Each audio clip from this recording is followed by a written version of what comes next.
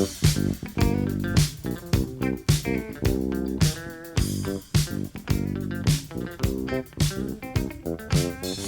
cookies.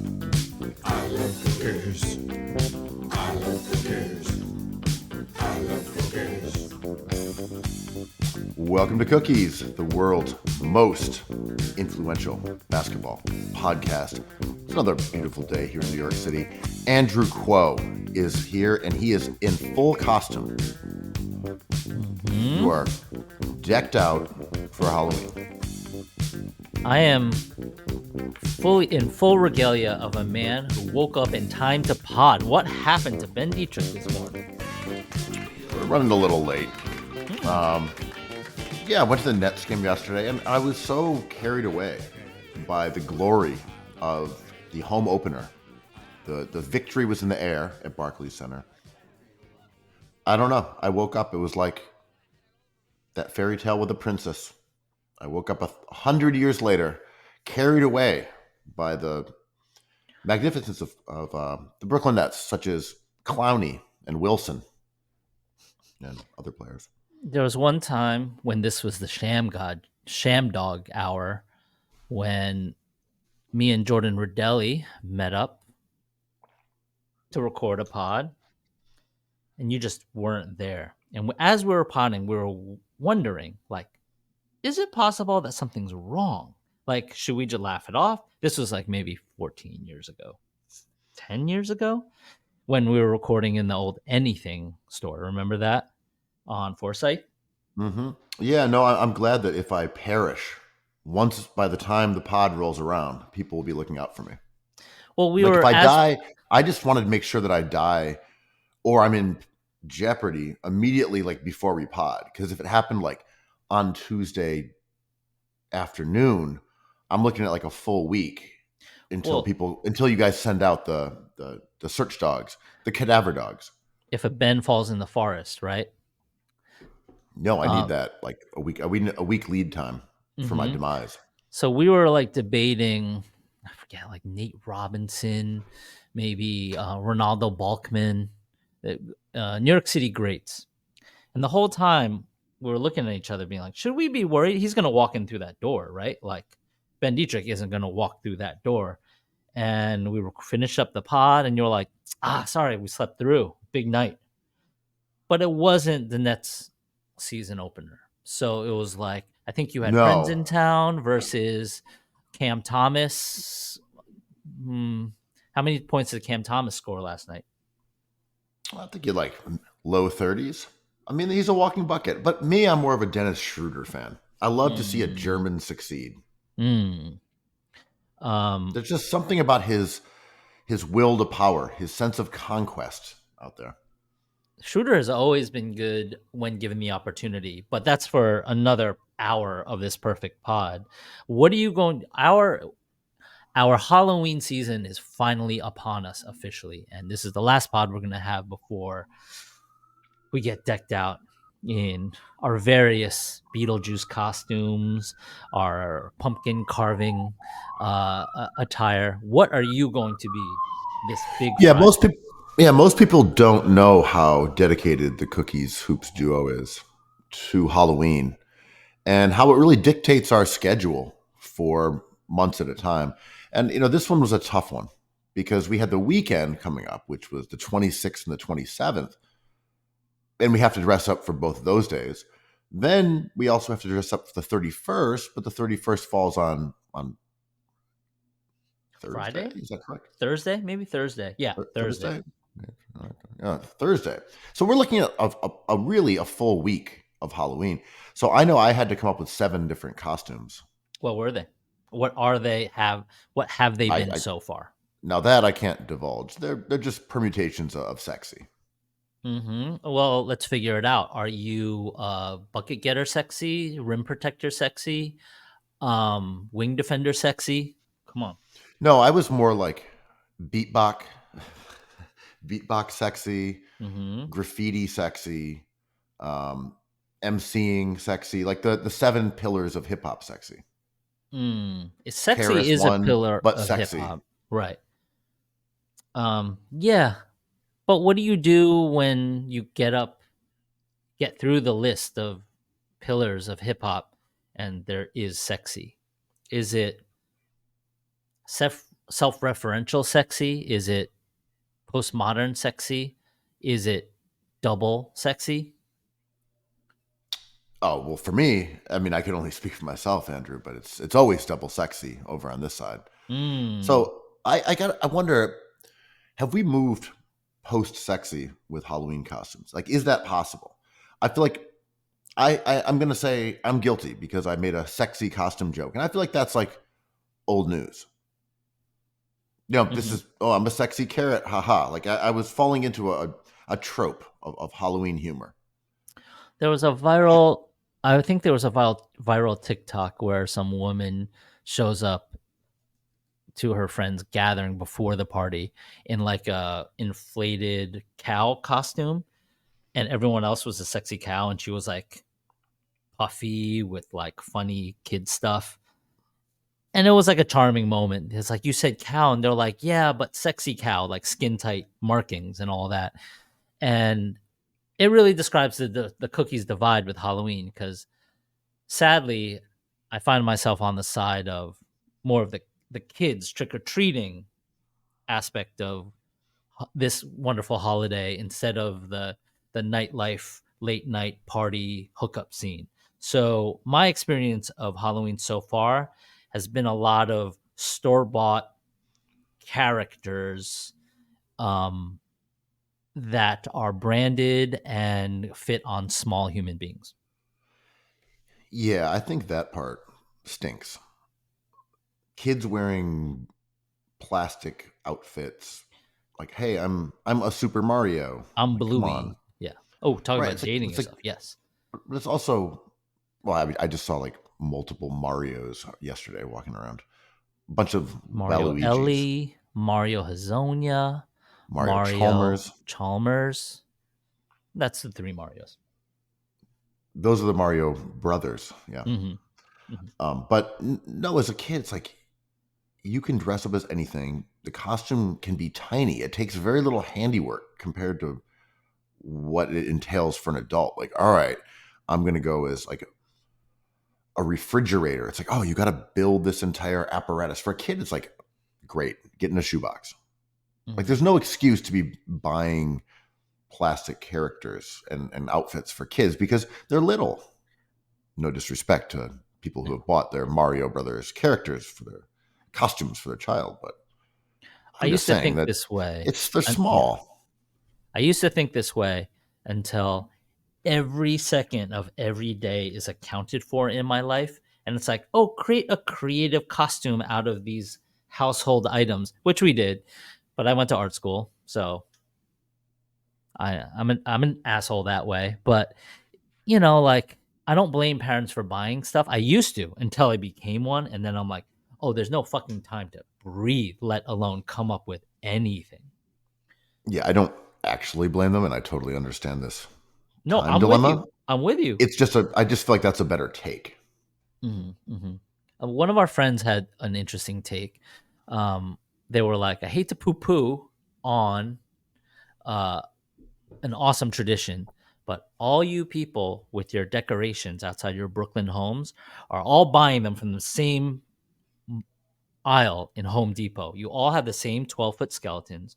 You all have the same looking spider webs. And you all have the same like electronic cackling witches. Like, something's got to give. And I'm like, the hater in me loves that take. It's like, do something else. Like, you're shopping from the same catalog. That makes sense to me.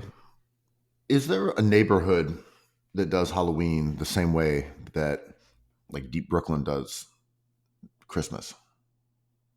Because Yeah, I'm they're kind of two back to back. But I believe there is one that gets into it. But it's like you're really dedicating your fall to this. It's like end of there's November, December. You got 2 months that you're really dedicating. I guess three to like Yuletide and All Hallows. I would claim I know of three very intense neighborhoods in Brooklyn that do Halloween.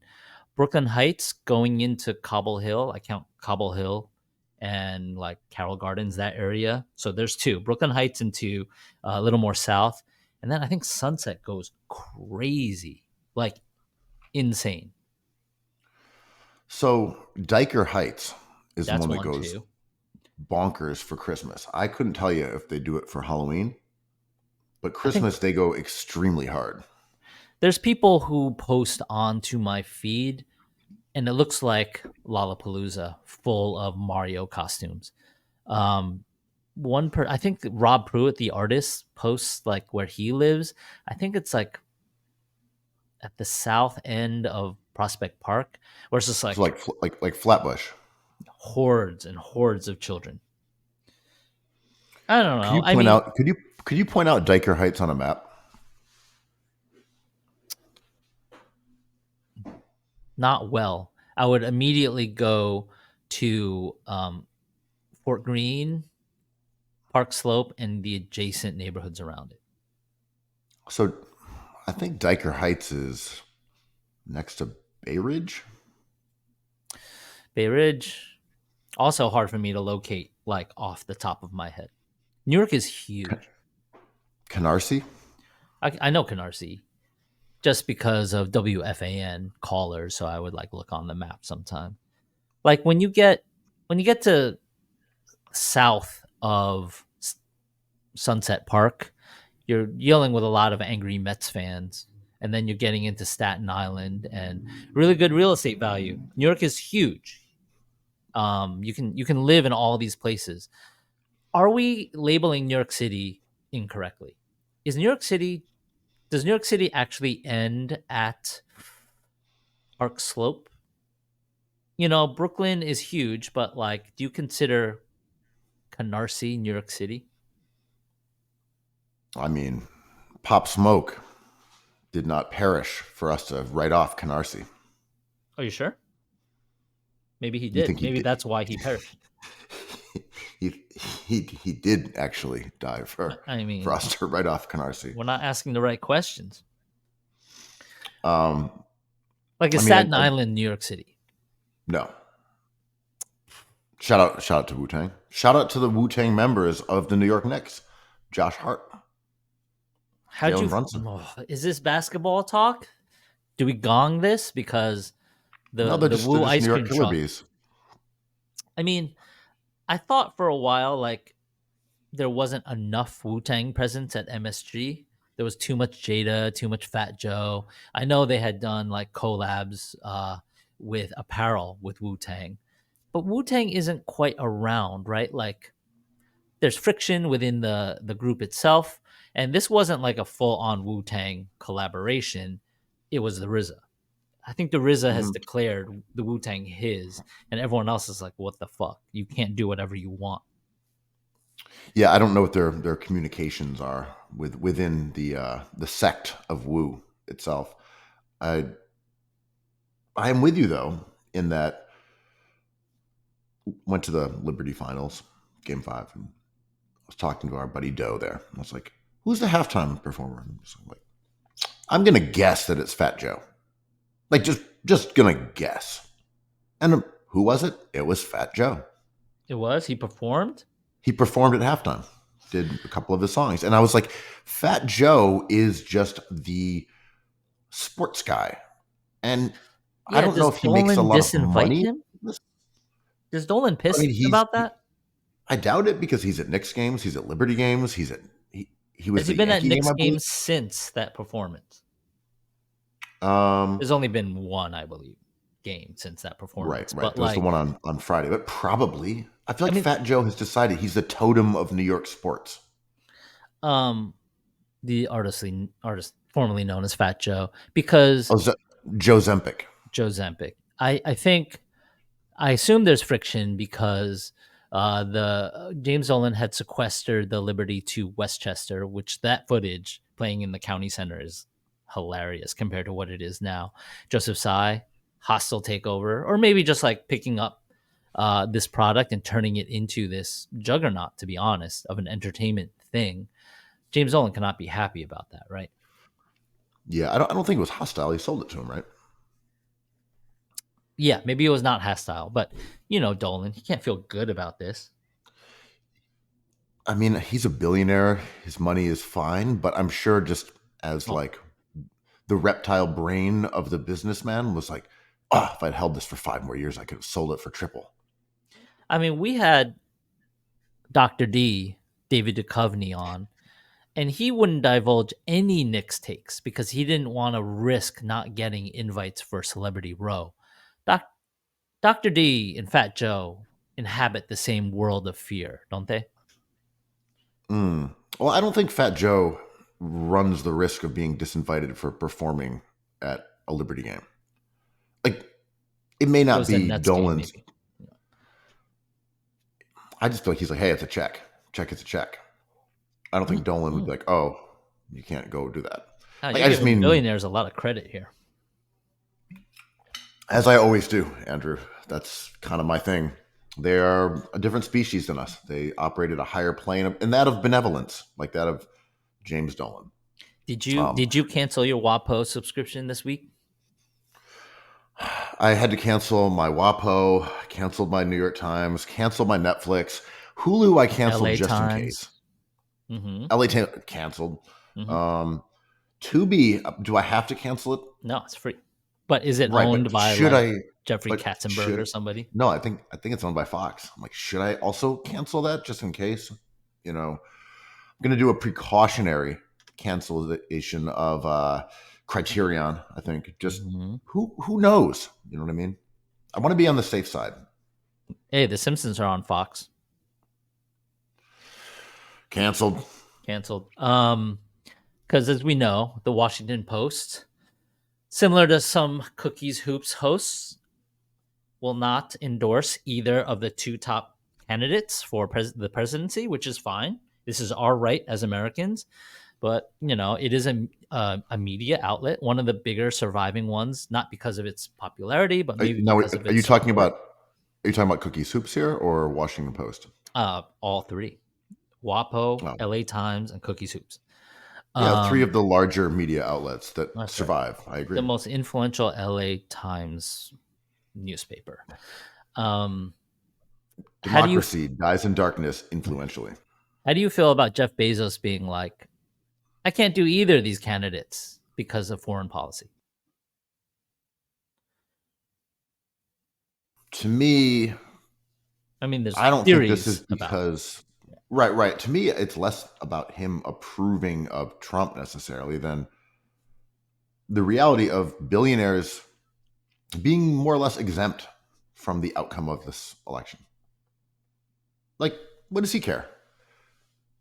He may have a preference, Exempic. but his life is not necessarily going to change. So he's doing, in an individual sense, what I'm sure his companies do, which is you give money to both sides.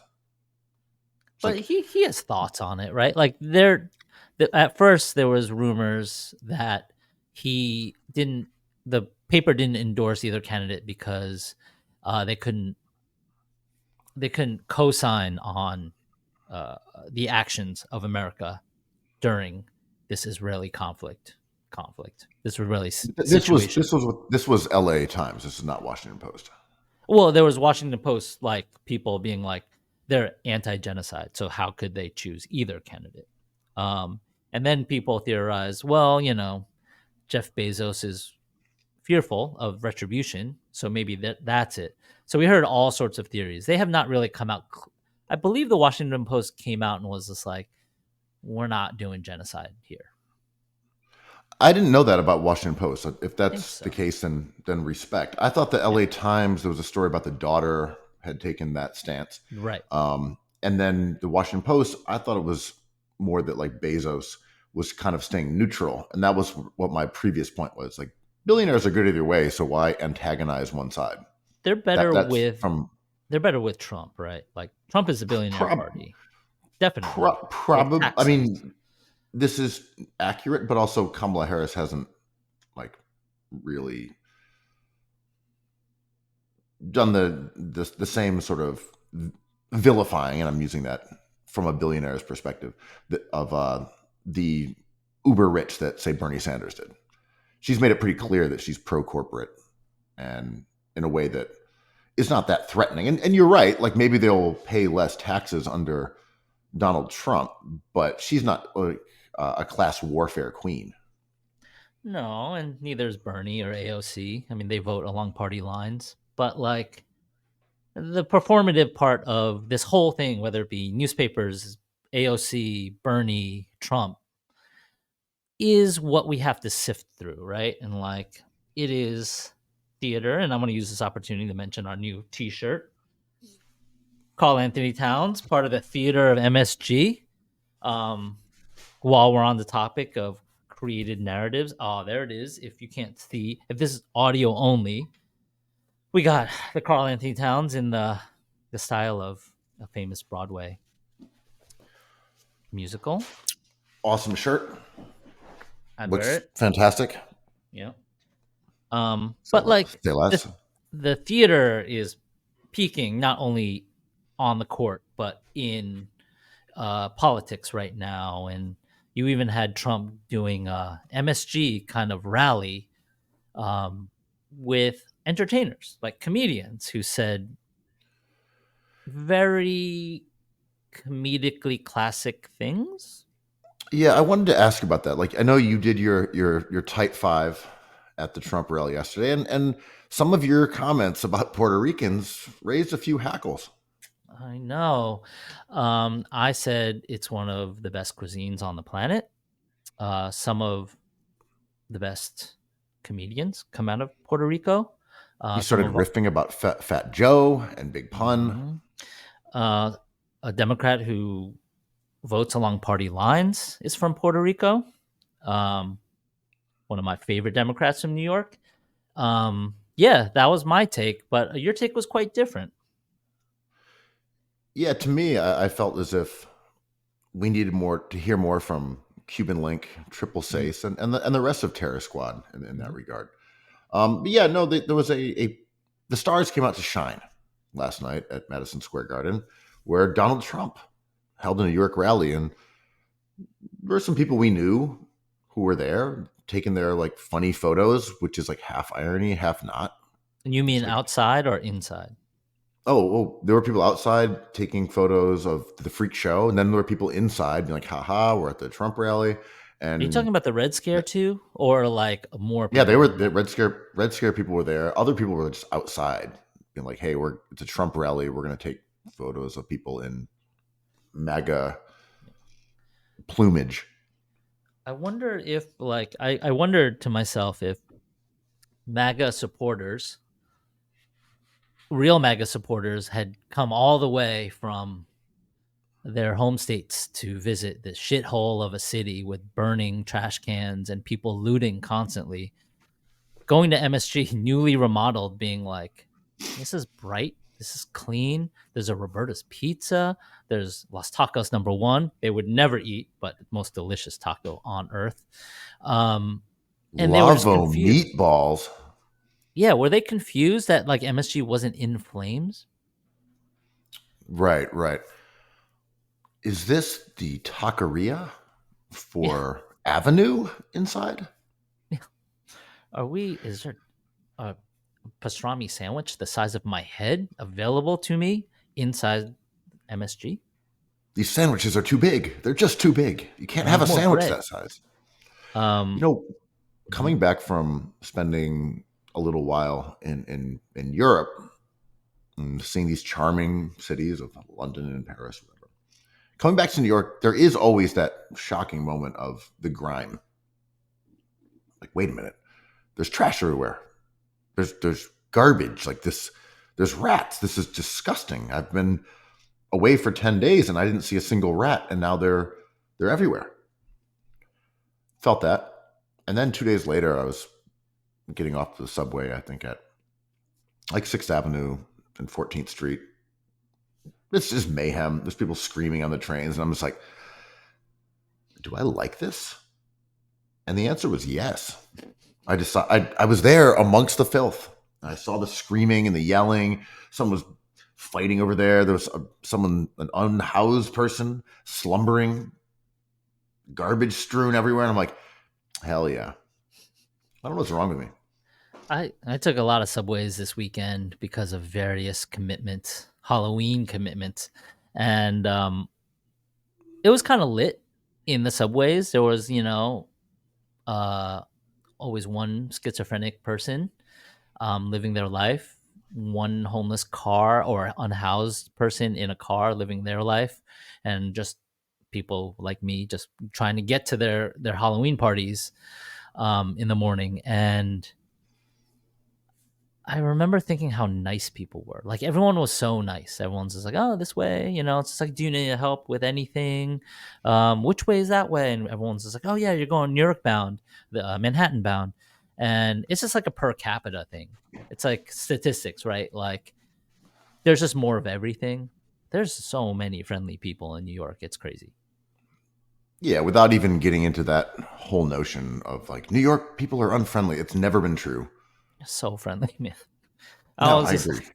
I was just like really psyched on people this weekend, and it was a grimy weekend, man. There was a lot of me putting my bags down in corners of filth and rats and stuff. I love it. Yeah, yeah. To me, like people think New Yorkers are rude because they walk fast. End of story. Yeah. I mean, Oh, okay, they walk so fast. They walk fast. They tell me to get out of the way. They're so rude. I'm like, you know who's rude? People who live in the suburbs. They're fucking rude. They don't interact with people all day. They just drive around. They're rude. And I don't mean this in this vilifying all people who live in those places. I just mean New Yorkers are around other people. You can't be rude all day. And if you do, it's performative. Get the fuck out of here. Like, it's just, yeah. I've never once had trouble getting directions in New York. Like, it's insane. as the comedian Tony Hinchcliffe said last night in MSG, there's an island of trash floating in the middle of the water, and that's Manhattan, and we love it. I was about to say, like, is that where we hang out? This is where we I wish I where we could live our afford it. lives. Yeah, I'd pay more money to live there. Trust me, but I'm priced Man, out. I've been struggling for years to make it to that island of trash. So he says this, and he also says some really tasteless stuff about um, minorities and just your like classic kind of shock comedic routine. In a vacuum, I'm like, this is like not the worst routine I've ever heard in a comedy sense because it's meant to shock and it's meant to appall. Um, and we don't actually feel this way, except it's not in the right context. And the shock is kind of doesn't line up with expectations, right? Like it was done in such poor taste and it landed so poorly that it kind of sucked the oxygen out of the whole event. Well, I did not hear his entire routine, but I know the punchlines. Heard some Yeah. of his real knee slappers, and similar to me making like a sexy costume joke, he wasn't really treading on new terrain. No. But how It many was like, comedians do? sure, I just mean he's presenting as like, hey, you guys weren't ready for my jokes. Like you didn't get the context. Oh, what was the context of your joke that we're missing? What didn't you? What is not conveyed by hearing your like racist joke out of the full set? Right. Like if we listened to your set, we would have understood the joke was totally different than you calling Puerto Rico an island of trash. But when we hear that one soundbite, yeah, we're missing the whole point. So ironic that that was going off next to MSG's newly branded bodega, where you can get chopped cheeses. And shout out to Jesus. But like, I like insult. Bodega cat. Aroo. I like insult comedy. I think it's funny. I think it's sometimes bad, but generally the effort is interesting. Um, I don't think what he said was done in good faith, and it's not always done in good faith. But are we arguing the art form, which is how I bring this up because Rick Scott and various MAGA supporters were like, "You guys can't take a joke," and he was just like, "Listen, I was joking." Like, and then he says like, "Take out your tampon" or something awful. And again, more the Andrew Dice Clay stuff. And I was like, we're not talking about art anymore here. Or are we? Like, I can't find my way through this because it's so stupid. But we've gotten so bad at talking about art and comedy and how it bleeds into ethical thoughts and politics that this is all one big fucked up thing. And he just kind of made a problem for his guy, Trump. Right. I mean, and also his personal agenda here is that he is a complete unknown as far as most people go. I mean, I'm sure if he's there, he has enough of a name, but I've never heard of this guy. I don't know who he is. Neither have I. Some comedians are like, we hate this guy anyway. I don't know who is saying what with what genuine feeling. Totally. I'm saying from his personal standpoint, this is a dream come true because he's an absolute nobody who gets this slot at MSG, and he's like, okay, I'm going to use this in a way that is going to offend people justifiably. I'm going to make racist jokes, and this is going to be the biggest moment of my career. He's going to get. I'm going to famous. become. Yeah. I'm going to become famous because I made racist jokes at MSG. Maybe he'll get on SNL just like Donald Trump. Maybe so, but I feel like this is like the double mogging, the double sexy, the double cynicism, which is this is the perfect response where he got people talking about his dumb racist jokes, and it's going to propel him to being like a MAGA folk hero. And what did he do? Yeah. He looked at the situation and said, I'm going to say some racist stuff, and this is going to be this is going to buoy my career to unforeseen places where I'm going to become a folk hero because I called Puerto Rico an island of trash. I mean, it is. He can pivot. If Trump wins, he's going to be like, "That was a huge moment. You're welcome." If Kamala Harris wins, he's going to be like, "That was a huge moment. You're welcome. I was an inside man." It was the dreaded reverse Mog, and I don't know if he's that savvy or anything, but the incentives of a comedian to please a room versus a message during a political rally 9 days out of an election are two very different things. And it was a poor calculation by MAGA if it backfires on them, which it might. I didn't know there were that many Puerto Ricans in tightly fought portions of Pennsylvania, as I'm finding out now. But it's interesting, right? And I've heard takes from conservatives who are like, well, we tricked you. We got you guys talking about comedy as opposed to the economy. And I'm like, yo, you were just on Joe Rogan doing that victory lap. And how long does that feel ago? Well, right. Remember when they shot Trump and tried to kill him again? And on Joe Rogan, he was just like, look at my ear. And Rogan's like, fuck you talking about? You weren't shot. I mean, the thing with comedians.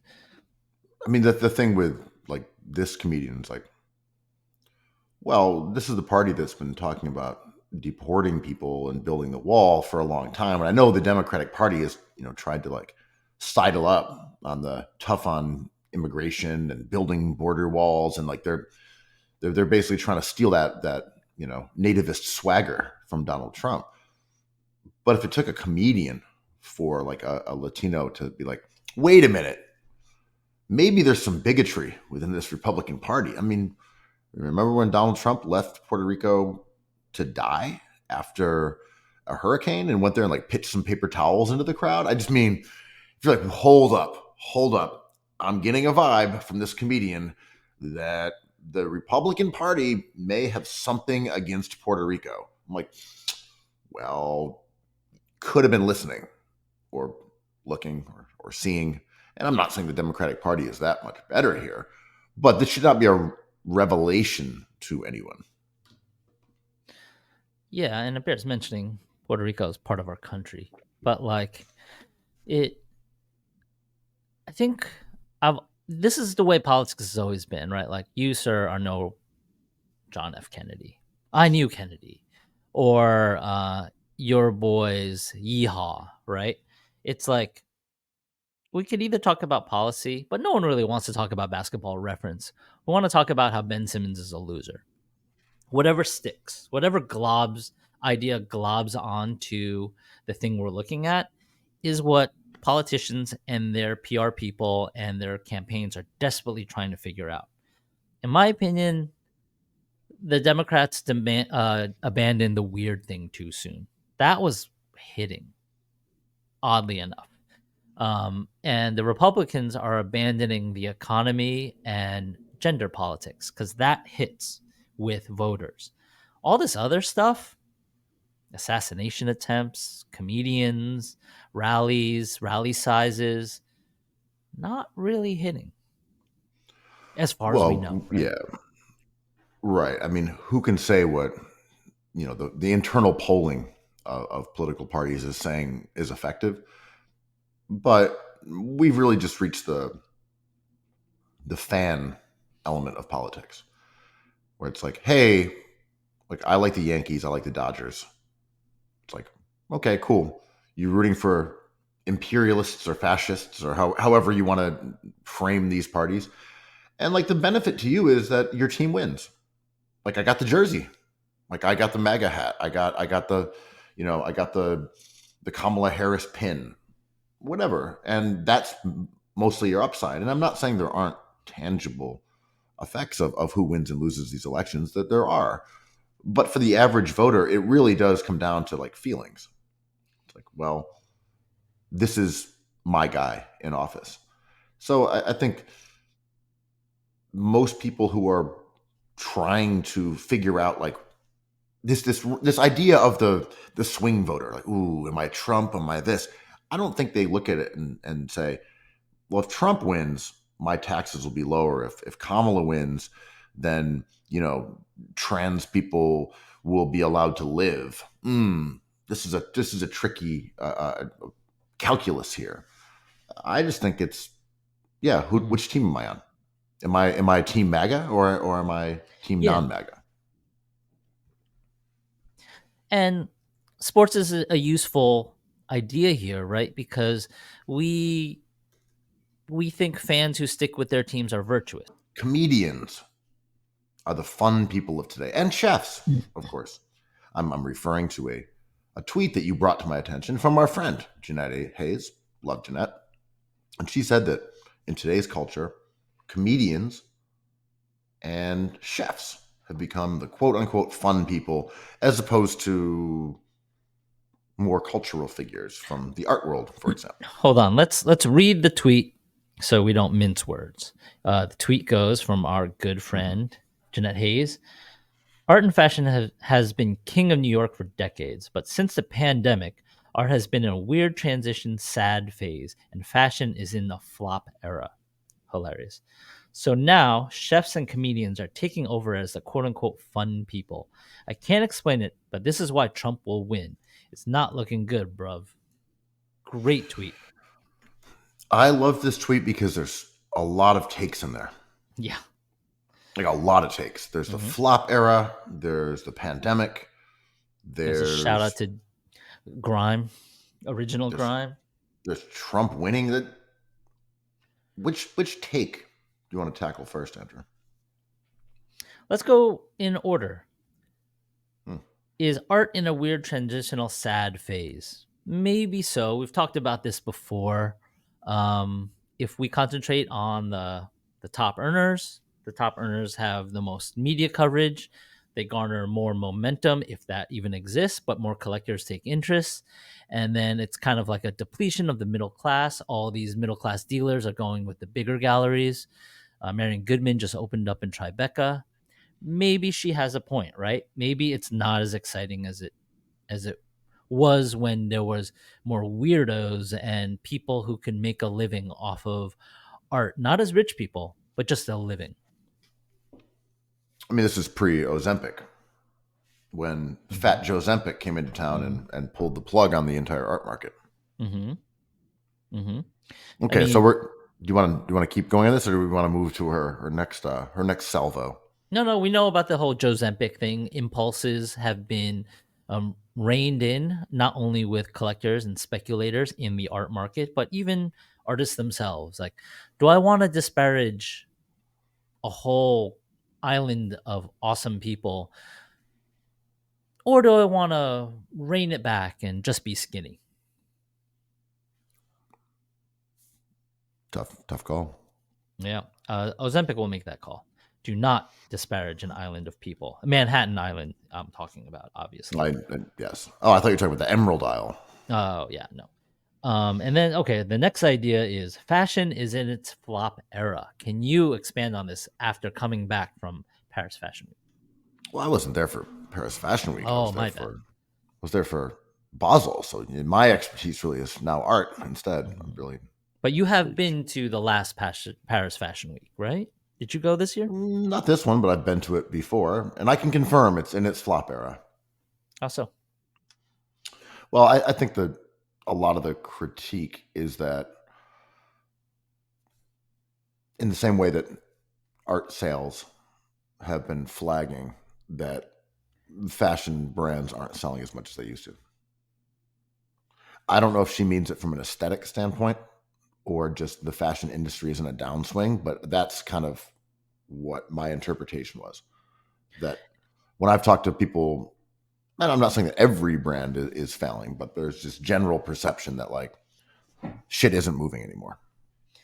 And there's also a dilemma with the aging out of the streetwear money spending demographic, and the kind of the fall of streetwear and the appointment of certain people in that scene to like Louis Vuitton and Pharrell, and there's an identity crisis with the thing and its audience, right? Yeah, I mean, there's that with streetwear, and I mean, but also it's like hard to know what perception is. I saw someone being like, "Well, ALD had a sponsored tweet. Are they rinsed?" Or a sponsored Instagram post. Like they're paying for ads. Are they rinsed? I'm like, that's the gauge for a brand being rinsed. Maybe. I mean, it's public opinion, right? Totally. I just mean a lot of this idea. It's like it's in its flop era. It's like they're now running ads for their brand versus getting organic support. I'm like, well, I don't know if that's really the best bar. Like I don't know. I'm not a TikTok user, but it's well known that if you pay them $5,000, they'll give you 1 million views. That's just how it works. And people look at that and say, I'm scandalized. I can't believe that this TikTok that has 2 million views, they paid for that. Like, I thought this was a meritocracy. I'm like, yeah, but the same way that brands get, let's say, 100 million views of their commercial because they advertise on the Super Bowl. Like, we got an advertisement in a magazine? Are you shitting me? Like, Vuitton is rinsed. They're putting ads in Vogue. It's like, well, it's just that's how you do business now. Yeah, it's hard to figure out because let's say you're a leading skateboard brand and you sell to a conglomerate. Everyone is happy, they make money, they have more money now. Does that coincide with interest waning as a time element, or did they bring upon a reaction of their fan base? Right. I don't know. I'm also just thinking like if Amelia Dore put an ad in Vogue, be like, wow, they made it. They're in Vogue. They have an ad in Vogue. That's a great look for the brand. And then someone says, but they're advertising on Instagram. Like, wow, we're in the washed spin cycle right now.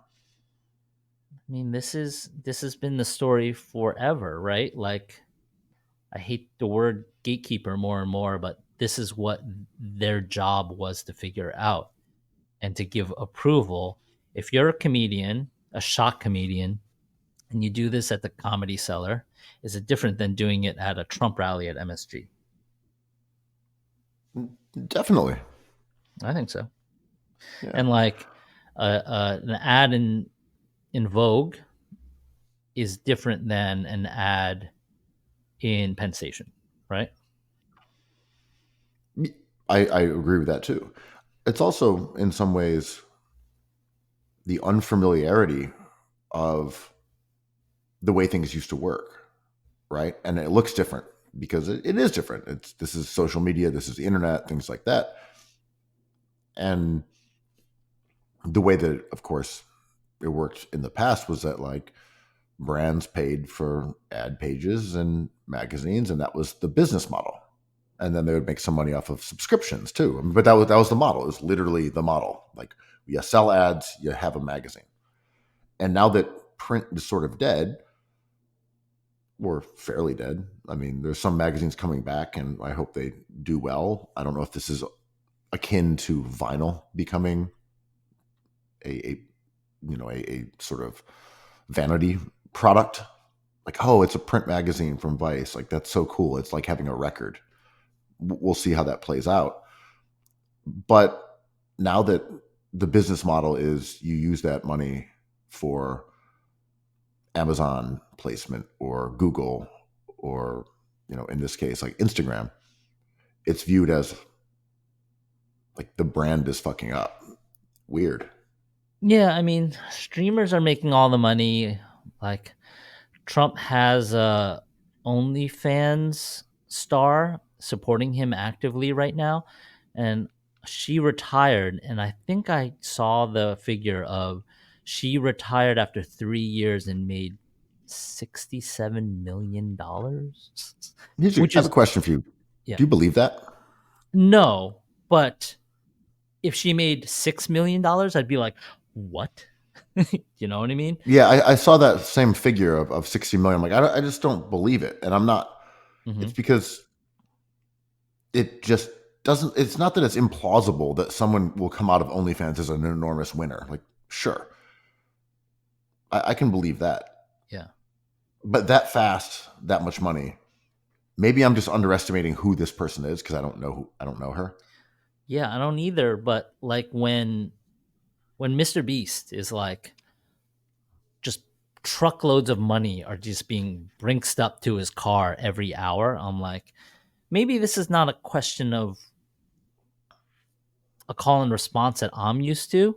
Maybe it is a technological thing that I need to rewire in my brain. Being like, this is not like hits on a radio station. This is an algorithmic hack where these people are just getting money geometrically and not arithmetically. Right. If she said, "Look, I have 1 million followers on Instagram, 1 million subscribers. They on average have given me $60 a piece over the last 3 years," and that's the math. I'm like, "Oh, okay, Yeah. all right, And it makes yeah, sense." If Mr. Beast is like, "Look, I've got 40 million followers on YouTube. Here's how it works with ad rates. I I'm getting this many impressions or downloads or whatever, how you want to phrase it, not downloads, but like, okay, this mhm. is how the ad revenue works. So my income is this. Like, all right, cool. All right, now I believe you. But yeah, when someone just says I made $60 million off showing my feet off of a sex Patreon, I'm like, well, that just seems implausible, but maybe it's true. Yeah, I mean, sheesh. So there's so many media people that make so much money. Lily Allen just was like, I make so much money on feet on OnlyFans or TikTok somewhere that I've been slacking a little bit. But here are my feet again. And people are like, she's from money. Her father is a famous person. She makes money. She's her own standalone famous person, and she's married to money, who's an actor in the Marvel universe and Stranger Things and all that. Why does she need to post feet pics? And my first reaction was just like, there is no end to how much money someone wants to make. Like, if someone has an easy way to make money, they're doing it, you know? And this is the weave. I want to get back to Jeanette's tweet, but this is a version of Donald Trump's weave. I wanted to mention the New York Magazine cover story. Can media survive? Right? Like, and it asks all these vanguards of the print world their opinions on the future. And I don't read, so I'm sure it is incredible. But the I really enjoy what that magazine does, but the money is with these feet pics and Mr. Beast, isn't it? I mean, it sure looks that way If we believe the figures. if we believe the figures. But I don't know. I've always had this theory, and I don't view it as being that insightful. Most of my theories are super insightful. This one, less so. Just every time Can there's you make a something up? anytime there's a transition in media, the way that we discover music, the way that we like ingest content, whatever it be. And Lily Allen's the best example of this because she was MySpace. MySpace became something we used, and Lily Allen became someone we knew. She was a product of MySpace in terms of how we became aware of her. Same with like the Avalanches, maybe Wait, we're not going to YouTube. mention her father. We're not going to do the Bronny James mention. At least her I, father I is only mean like yeah. I only mean the way that we heard about her first. I'm not saying how she got into the industry. I'm saying for Does me, that she not was the like same very thing? much. I just mean she was very much MySpace in terms of how she became well known. That doesn't mean that it wouldn't have worked later by a different method. I just mean Okay, Lily yeah, yeah. Allen, in I don't my need to mind go to that. specifically, was like a MySpace generation artist.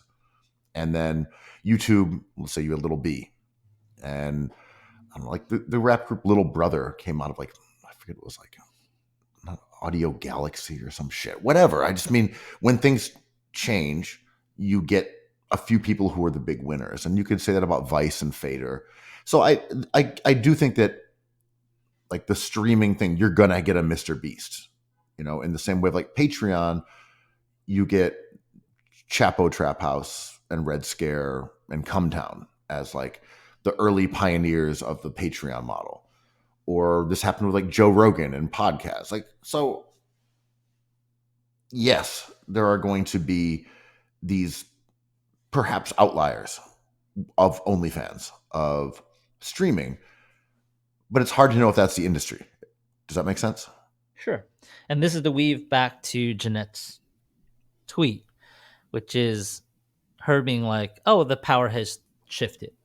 And not only has the power shifted from art and fashion, it has shifted away from magazines and those traditional things, where Red Scare was a kind of DIY political satire of a podcast, and it kind of created a separate cultural class, right? It's just like class of like, oh, I'm a podcaster. I'm like, okay, fair enough. I'm a vlogger. I do wacky stunts on YouTube.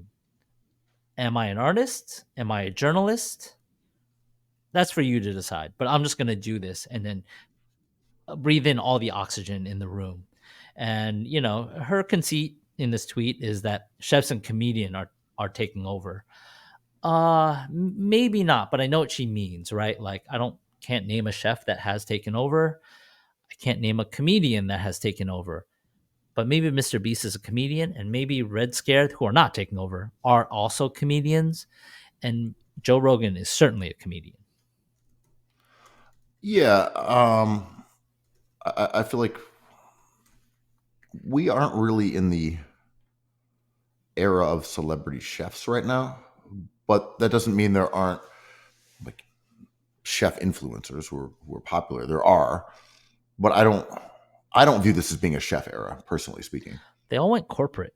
Like, not to peel layers of this onion, but all these celebrity chefs who are making money, like outside of Guy Fieri, just like the heads on Food Network and the BA Test Kitchen, kind of took corporate gigs. And that is like the thing I didn't realize. But I'm like, where's so and so and so and so? We love them so much. And my chef friends are like, oh, they work for like Google now, or they work for Apple doing stuff.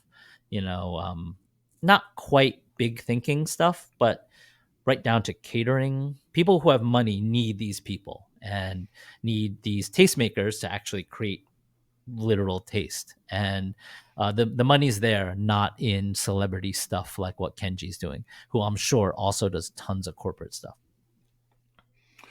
To me, I just want to know what the top 75 teriyaki restaurant is in Seattle. So Kenji is the only one keeping it real. Yo, he no disrespect to the Sonics, to Squatch, my favorite mascot. Kenji Lopez Alt is wasting his talents on the city of Seattle. He'll drop a new YouTube being like, all right, this is the best New York City style pizza in Seattle. Notice this crust. And I'm like, who the fuck cares? Not to have like a world view around my own view, but do we need to know more about Seattle or less about Seattle? Yeah, I gotta say, he's like a food genius. He's a god. My favorite. And Yeah,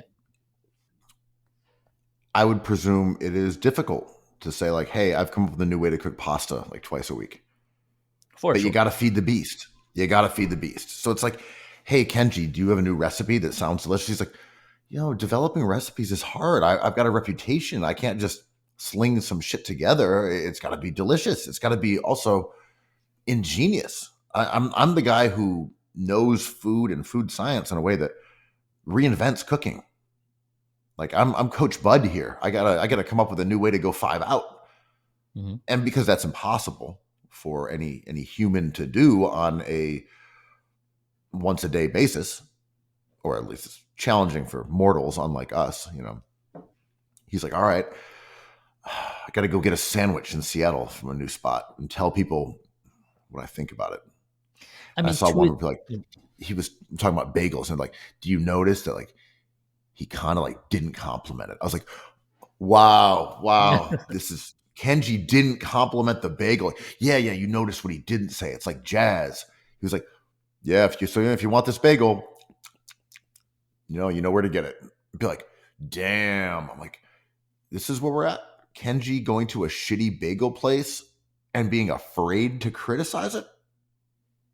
I mean, I thought he was going to go into his gamer thing, but the bottom fell out of that industry too. Remember that hour-long Prince of Persia video he posted? I was like, this is amazing. And what if he was just like, oh, the food's here. It's from Domino's.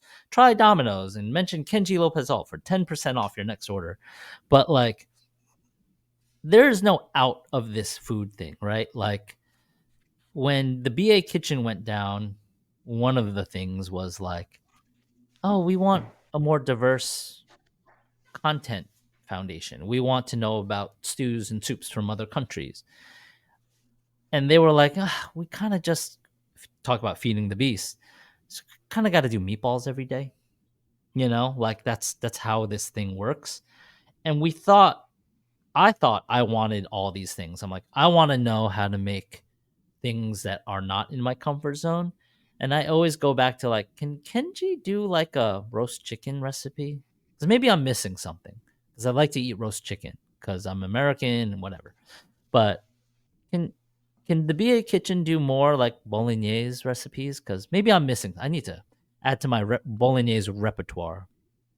And All right, Andrew, we've got yak. Here it is. You've been waiting for this yak recipe. Bada boom, bada bing. yeah. You gonna make some yak?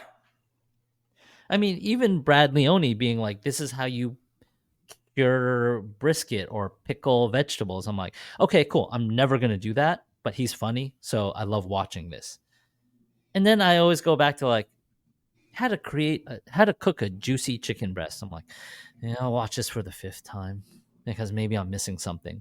Uh, Maybe that's what Mr. Beast has figured out. Maybe Jeanette's tweet is calling to this effect that I am certainly guilty of. Being like, I say face forward that I want New York City to be full of weirdos and artists and crazy fashion people who are sustainable with their odd ideas. And then I talk to these motherfuckers and I'm like, enough of you guys. Hell Square number Like, 7. bring me Mr. Beast. I mean, I'd certainly watch Mr. Beast shit, right? Like, I don't know, maybe I'm being a hypocrite. Maybe being I want more. I say I want more artist conversations, and then all I do is talk about basketball when I'm out. Or to I think the point you were making food wise, You are someone who cares a lot about food. You cook with a wok in your backyard. You got every day. 2 fridges, 2 freezers. This is the I dream, wish. the Not yet. grail, Not yet. the, I the wish. grail, right? Would you say that you eat adventuresomely? You know your stuff, and this is not me. I'm not trying to call you a hypocrite. I just mean you really know your food, and we're talking about this idea of art and like I've been going to Jackson Heights. Like, oh, check this place out. Talking to our guy Chris Crowley. He's like, oh, you got to go by here. He's very into that area. Like he Mhm. really knows it front to back. He's like, all right, new Malaysian spot over here. You got to try this Mexican place that's behind this other one. He knows it really well. I generally see you posting pizza, maybe a croissant. Are you That doing is, this with your food as well? it's all context, right? Because if I sit down to a breakfast of pork floss toasts and a moon cake, is that adventurous? Like I grew up on that stuff, right? Or getting congee with a 1,000-year-old egg. That is not weird to me. The pizza posting is a joke, right? It is supposed to be stupid. But like, you know what I don't care about is posting my fish tofu fried egg dinner I made for myself last night with like a healthy splash of fish sauce. Like I don't find that to be adventurous, but I think the people in my house are like, can we have something other than that? What you're cooking for yourself. Right. Yeah. I'm just thinking about this in the sort of Kenji context, where Mm-hmm. it's like you're just gonna post a sandwich again, aren't you? Not And you, I want to him. see it. I want to see it. Right? Like, this is like such an interesting conversation with making things incrementally or wholesale kind of shifts. Like, I always love painters who change colors slowly throughout their lifetime. So, a certain painting doesn't look much different. But when you pull back, you're just like, yo, Bryce Martin, like, he went from A to B, but it took decades to see that.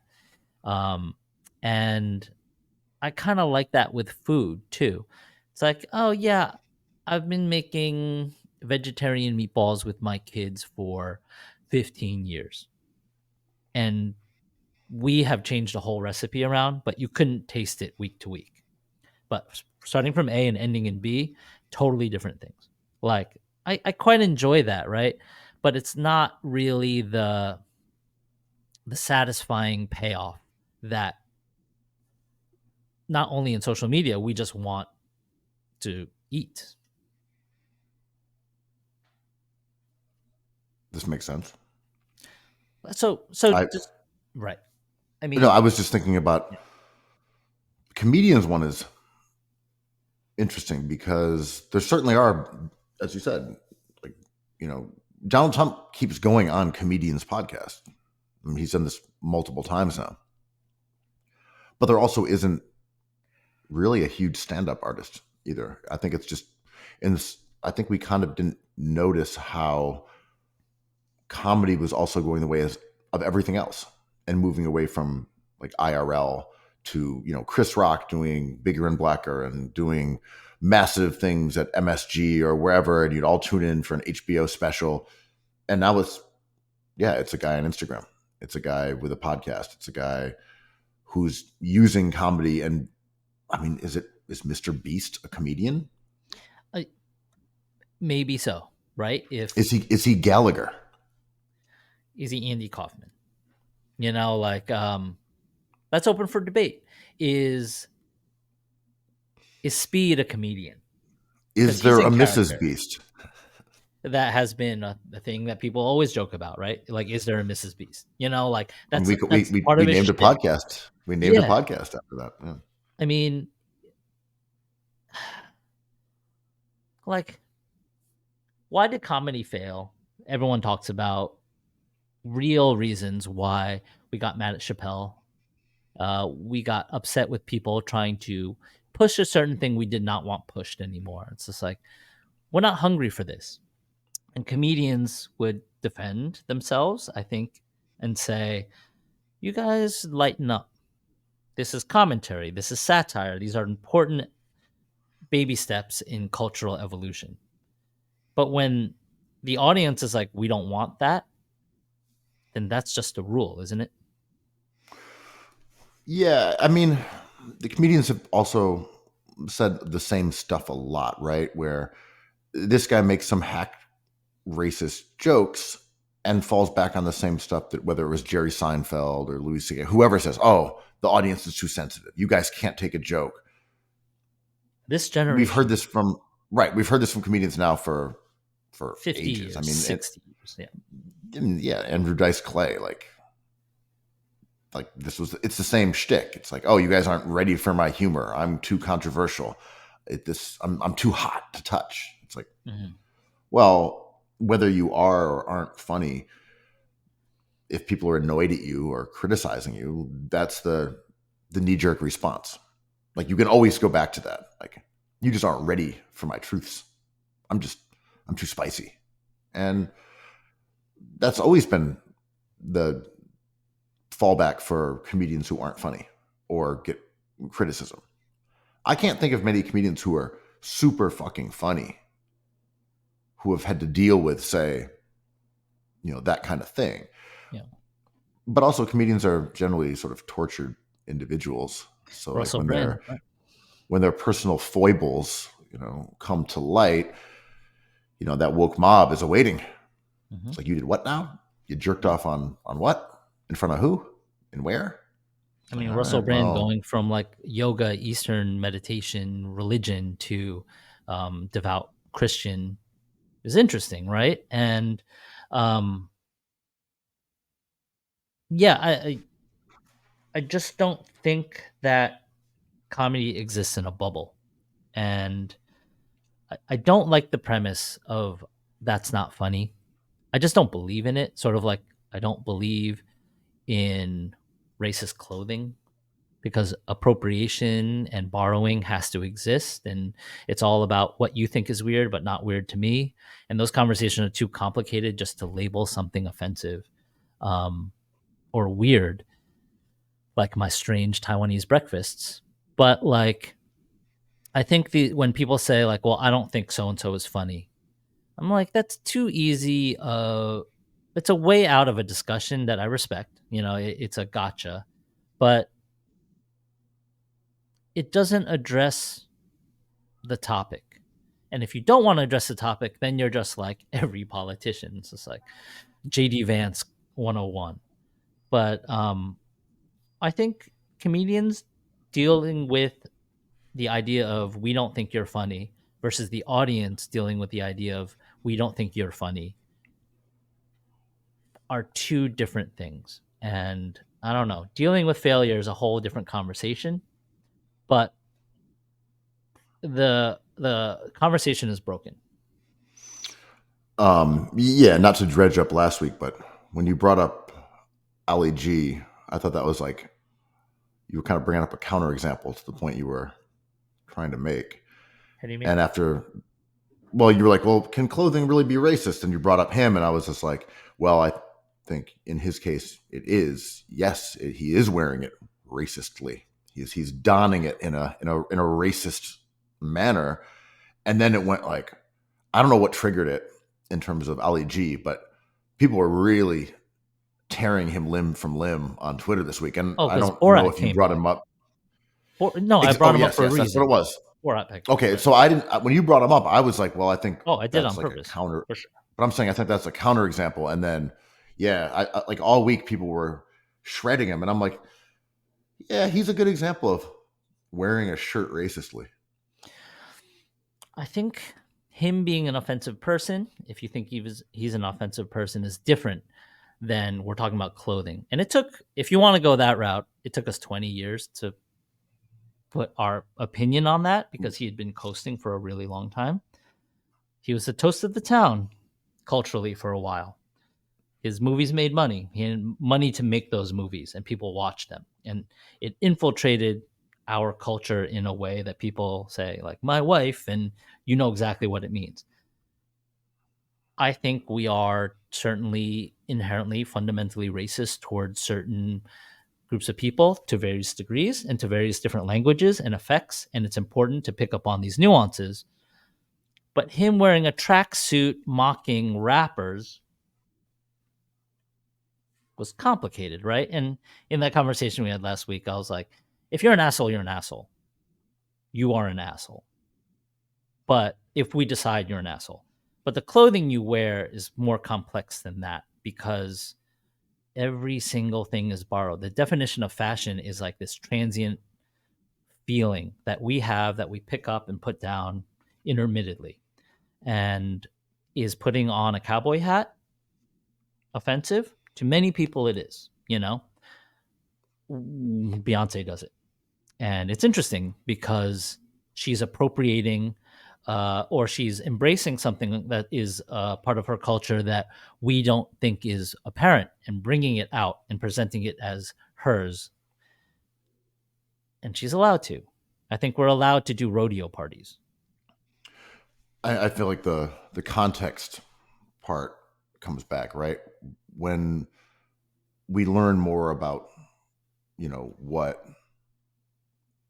like Ali G represented, and we know more context to what, his beliefs are as a person, it's easier to look at these characters he played and say like, oh, okay, so that's different.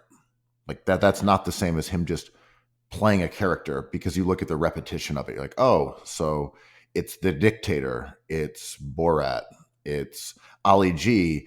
We now have like a over and over and over repeatedly making fun of Muslims, like over and over and over, and wearing costumes while doing that, which is sort of different from, say, Beyonce. Well, not sort of different. It's very different from Beyonce being like, hey, I'm from Texas. The culture here is country music, and I'm going to wear a cowboy hat, versus, oh, you have a real agenda. And we can now look at those clothing choices in the context of your belief system, where we don't look at Beyonce and say that hat means this. And as what you said, this took 20 years for us to figure it out. Like, wait a minute, maybe this guy who keeps playing Arab characters and saying that they're like, incestual and cretinous people, maybe there's something awry here. Something's not on the up and up with this character. Yeah, I am annoying, so I'm gonna bring up Roland Barthes and like semiotics, right? And like the WWF costumes that are supposed to make you think a specific way: villain, hero, damsel in distress, death, life, all these things, right?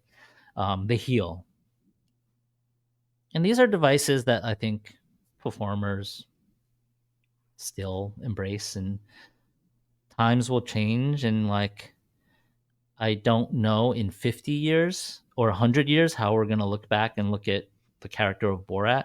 It depends on many things that are uncontrollable to one person. But the performer could be bad at his performance, their performance, and the person with the opinion can be, in your opinion, an asshole, right? The clothing itself is a device. That the clothing inherently is not racist. I just think it was deployed racistly. Like, no, his whole thing is buttoned up racistly. racistly. Like, yeah, like zippered up racistly. But yeah, I mean, the pair of pants is innocent. The So baggy jeans. you're talking about the person wearing it. I'm just talking about a vessel. Because if you took Ali G's clothing and put it on someone else, it ceases to be racist. You're talking about the person. Yes. That's what I kind of meant. The person is the discussion. The clothes are fluid. Oh, yeah, we're on the same page. Like, the Jabot jeans did nothing wrong. I agree. And if you are not the right person to wear Jabot jeans and you like the way they look, you are not racist. Oh, yeah, I don't think wearing Jabot jeans or not wearing them makes you racist. Yes, it's the soul of the Jabot wearer is what's in question here. Based on if you think my Taiwanese breakfast is weird or not, right? When you were growing up, every time you opened up your lunch bag, the whites would surround you, pointing at you. What is this? What is this smelly lunch? You were shamed for your lunch choices. Every time I was invited as a young man to Thanksgiving dinner, and it was fucking turkey breast, I'd be like, "What are you morons doing?" It took Allison Roman's technology to change the game on the turkey breast. Kenji, we need juicy turkey breast recipes, one after one until Thanksgiving.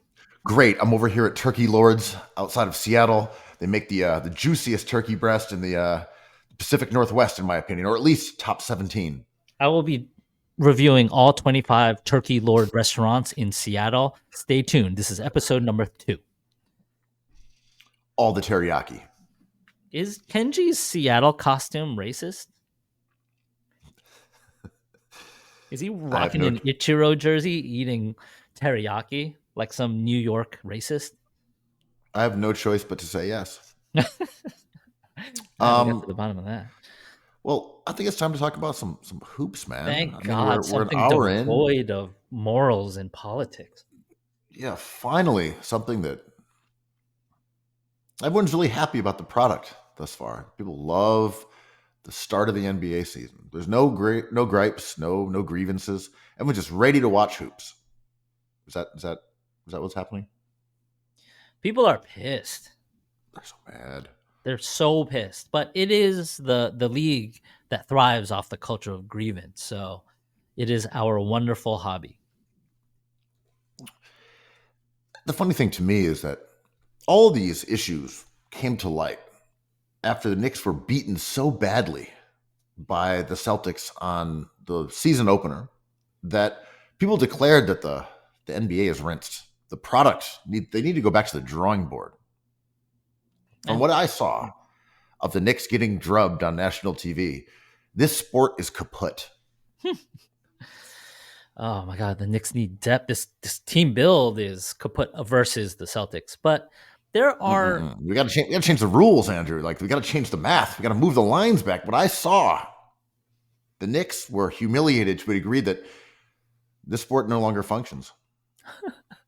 According to a Bing Bonger, right? And there's people who think the NFL is broken, the Olympics are broken, baseball is broken. This is a grand tradition. But watching that game and seeing everybody aghast at like this poor product, I'm like, yo, this unraveled on the Knicks really quick. But as we said on this podcast, the most influential podcast, NBA podcast, is the Knicks have holes in it, and they have chemistry to kind of time to figure out their chemistry. It's not an automatic. Just saying these guys are friends is not enough to play the defending so-called champs. But yeah, they got bombed out of the building. Pretty exciting game in a way. I kind of wanted the Celtics to break the record. Yeah, I think looking at overall numbers, threes are up by like 1 a game. Good. That's not something that anyone would notice. So these complaints about too many threes are years old. In fact, there were less threes last year per game than the one prior. Like 2002 or 2003, there were more threes than 2004. Now we're in 2005. It's up by like, I don't know, 1 or so. I think that qualitatively, someone watching the game isn't going to detect the 2 3-pointer uptick over the course of 2.5 hours. That's just not happening. So you get an abomination, an affront to the deities of basketball, like the Celtics-Knicks game, where people say, well, something is wrong here. That was deeply unentertaining. And then down the stretch, the Celtics are making a mockery of the sport, just chucking up threes to try to win this record. This cannot stand. Like, I don't think this is a actual reaction to there being more threes. I think it's a visceral reaction to the Celtics' unpopularity and the way that game played out, and everybody watched it. And I got to be totally honest, I did not see much of this. I just saw mostly Knicks fans just being like, we're so cooked, Mikal Bridges is trash, like all that stuff. But the song... This was really dominating from... who's the guy who does the show with Wilds? He had a big viral rant about this, that like the NBA, it needs to be very concerned Nick. about their product. Oh, yeah, yeah. Yeah. Not Nick Nurse. Uh, yeah, he's awesome. He's a performer. I don't think we need to relitigate threes anymore. Hey, Same. I'll respond to a cliche with another cliche. If you don't want them to hit threes, guard them better. Yeah, and however in depth we want to talk about this, I'm not trying to necessarily refute this idea, other than to say this is a song and dance that we've heard over and over and over and over. NBA It just back. gathered some steam because people were annoyed about the result of that game. But my one take that I just feel like saying is exactly what you already appropriately spouted, which is that if you don't want people taking threes, guard them. Yeah, get some wing defenders. And if the Address league spacing. Yep. And if the league doesn't want there to be that many threes, it's not about moving the lines back or getting rid of them or changing the dimensions of the court. Make it easier to defend. Mhm. Change the way that you govern defense. Allow hand checking, if whatever, but let people play more defense, which takes away the ability for people to create threes easily, makes it harder to generate those shots. Mhm. Like that's what it is. You want to make it so that teams have to take worse shots. Oh, the shot clock is running down. We have to take a contested pull-up jumper. Mhm. That's it. That's how you get rid of threes. You make it harder for teams to attack the basket, swinging the ball out, and then just send the ball into rotation. If Jason Tatum and Jaylen Brown aren't able to attack the rim in isolation to draw help as easily, then those shots aren't available. I mean, to me, this isn't that complicated. I wanted them to like NBA Jam arcade game it, being like, hey, instead of the penalty being free throws, maybe the penalty activates the 3-point shot. There's no threes until you commit like 3 team fouls, and then all right, they're in the bonus now, which means threes. I don't know, something like that would be hilarious. But I enjoy the three, man. It is the home run ball of basketball, and it's beautiful watching those shots go up. It's great. There's been a ton of scoring. The thing I am looking out for this season is like a changing of the guard. There are some bucket getters, but like it's hard to, small sample size. It's hard to make out what this season theme is going to be, but there's been a lot of buckets. Yeah, the changing of the guard idea. I think looking at the Olympics, and you saw Curry, and you saw LeBron, you saw KD, and you think about the narrative threads that involved all those guys, how dominant they were within the basketball conversation. LeBron, obviously, Curry, going back to this problem of too many threes and validating its use as a long range weapon. Harden is KD, now a main character again. which is amazing, and I Yeah, love it's it. amazing. We get And it again. This is great. as someone who has always sworn that James Harden has not actually become bad at any point, and his numbers have always indicated that he can do the same kind of shit that he was doing in Houston, health, withstanding. Usage. Yeah. But right, that he did not fall off at any point. His numbers in Philly with Embiid off the court were Harden MVP in terms of efficiency, assists, scoring. Like he can do this shit. Mhm. Whether or not his hammies stay up, different question. But where I was going with this was that like those conversations, and Harden is one too. Those four guys were so dominant over the decade, or in LeBron's case, 2 decades, or in other cases, a decade and a half. Every argument, every point that needed to be proven, the NBA doesn't have that right now. And part of that is a product of, Jokic got his ring, but isn't a dynasty. Giannis got his ring, but isn't a dynasty. The Celtics got their ring, but no one views those guys as being, supreme level stars, justifiably. We just don't have like a real target for, in the same way that Caitlin Clark and Angel Reese just dominated discussion in the WNBA. This is probably the best comparison. We don't have that right now. LeBron did his thing. We like KD, and again, We like Curry. There's just nothing to be proven for these guys. They did their thing. They're on their tailwind of their career. We don't have anything to argue about right now. Well, if you're running the NBA, I just watched the Mr. McMahon documentary, so that's on my mind. Like, we don't want narrative parody, but we always say we want parody because it feels virtuous, right? It's like everyone should be given an equal chance. There should be an equal number of stories on every team, and there should be young stories and older stories and respect here and there. Feel good stuff, feel bad stuff. But what we really want is like, who's going to take down LeBron James? Is LeBron James LaFraud James? Is Bronny a nepotism example of how this country is going downhill? You know, that debate was so ridiculous. I am a JJ Redick fan so far. I thought he brought out Bronny James and was like, here you go, take photos, do everything. It's a wonderful story. And now we're not going to play him because I want to win games. You know, Yeah. if he gets minutes, something has gone wrong in LA. And things go wrong with injuries and all that. And I absolutely love the Lakers as top dogs again because of a better coach. It's so funny seeing two champions, this to your point, two champions in this era, the Bucks and the Lakers, winning only once, and us not really respecting that or considering that a main story, because the Lakers get a coach and they look different. They look good. The Bucks get a coach. They don't. They look different. They look bad.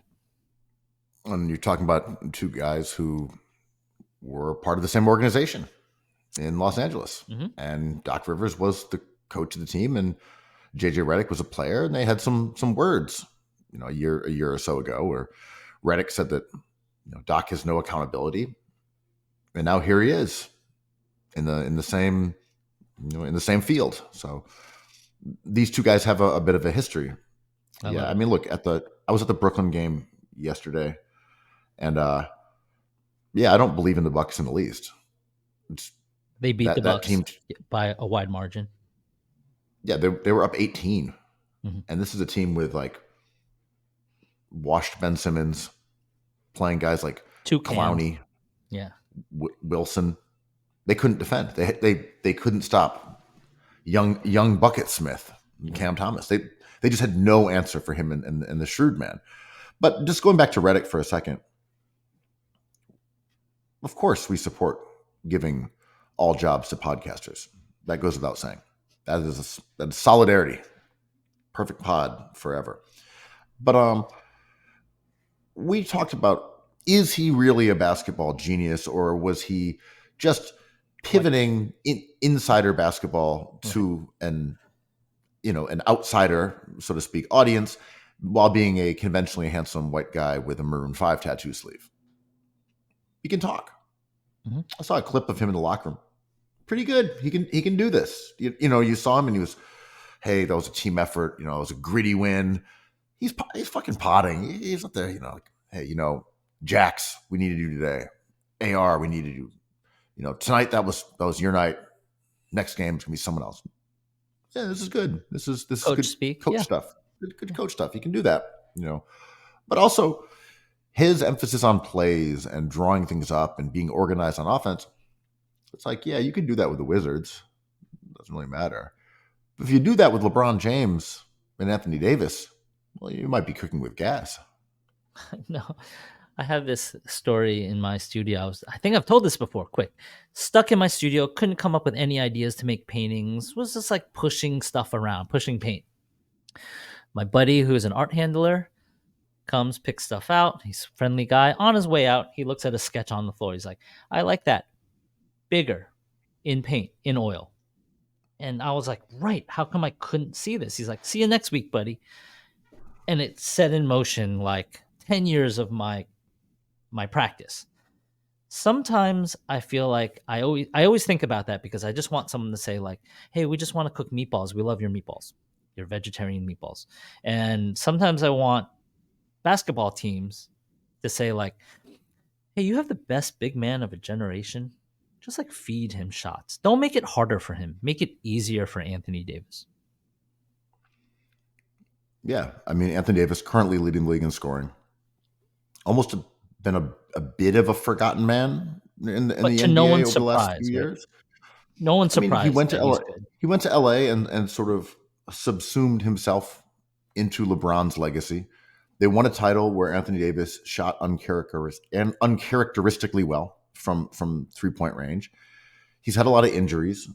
In some ways, Lakers fans have scapegoated him because he's hurt a lot and Allegedly because he's hurt. not a good 3-point shooter. We thought you were a point center. We thought you were modern and shooting 7 threes a game. Exactly. Fairly. And you look back and like, wait. Anthony Davis was like arguably not as good as LeBron, but in that tier, like elite superstars when he was on the Pelicans. I mean, one year I think he was, I want to say something like third in MVP voting. I think he was second in scoring, first in blocks, fifth in rebounds. I just like stupendous numbers. And that's what he's doing right now for the Lakers. If he can stay healthy, which is always the boring caveat with him, you just have to say it. Everybody, but Anthony Davis, has a reputation for being pretty fragile. Yeah, we might be looking at Anthony Davis MVP season. It's totally like you look at how they're playing right now, and you're like, all right, yeah, Anthony Davis MVP. That kind of sounds right. I know we're 3 games in the season, but Lucy, you have some splaining to do. Our interns years ago created a meme of Anthony Davis with emoji of a pig snout, accusing him of being a stat hog. How do we? I mean, these interns have graduated from the cookies cage and gone on to be great chefs, controlling culture everywhere. But how do we defend their actions as interns years and years ago when Anthony Davis was a Pelican getting those numbers? Is he just stat hogging again? He has a championship, man. He won a chip. Whether we consider that a valid chip or not, all he was asked to do was to win every game he could that season, and people were trying to prevent him from doing that, and he succeeded. When he won that title, was he statue hogging? I mean, the gripe against him was like he had the best shooting stretch of his career with no audience, no animosity. Yo, did you see that photo of the European crowd jumping up and down with torches in flames and someone being like, there's a problem with American basketball culture? It's like we have these sleepy games where the audience shows up halfway through the second quarter versus these literal barn burners in Europe where the ground is shaking and it looks like there's a bunch of lunatic fans waiting to do bad stuff. Saw that, yeah. I mean, the European games do look very lit. Not all of them, sometimes. Well, the clips they were showing. And it was, massive amounts of people singing and chanting and swaying side by side and synchronized swag surfs and such.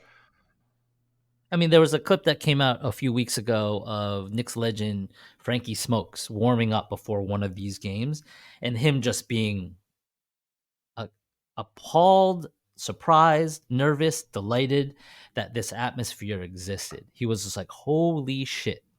And he played in the Garden, the home of Donald Trump and his comedian Rat Pack. So, like, does American sports have a cultural issue?